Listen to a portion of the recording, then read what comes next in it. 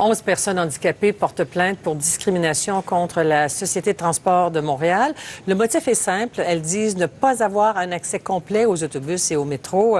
Benoît Giasson, qu'est-ce qu'on reproche exactement là, à la STM?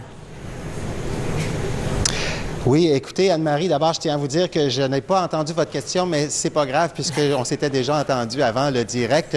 Donc, ce que je peux vous dire, c'est que le regroupement des activistes pour l'inclusion au Québec accuse la Société de transport de Montréal de contrevenir à la Charte des droits et libertés de la personne, charte qui prévoit un accès pour tous aux moyens de transport et qui interdit toute forme de discrimination, notamment en fonction du handicap. Alors, il dénonce le regroupement, le manque d'accès sur 3 axes. D'abord, les métros, eh bien, il y a seulement 7 stations de métro sur 68 qui prévoient un accès pour les personnes handicapées.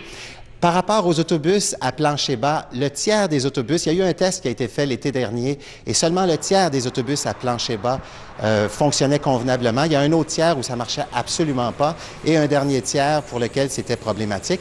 Et en ce qui a trait au transport adapté, eh bien, écoutez, c'est très compliqué. Souvent, les autobus, les personnes du transport adapté se présentent très en retard. C'est très difficile également de réserver un transport adapté.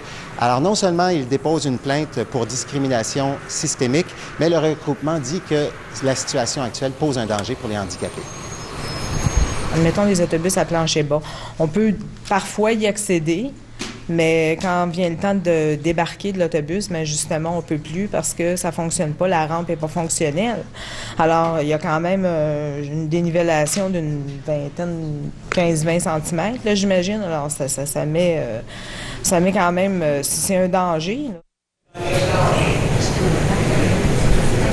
Alors donc, du côté de la Commission des droits de la personne, on a eu une première réaction. On dit que la plainte semble recevable. On va étudier le dossier. Les étapes, il va y avoir d'abord une médiation avec la STM. Et si jamais ça ne fonctionne pas, c'est très possible que la cause se retrouve devant le tribunal des droits de la personne.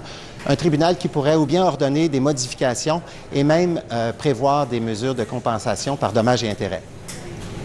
Merci, Benoît. Au revoir.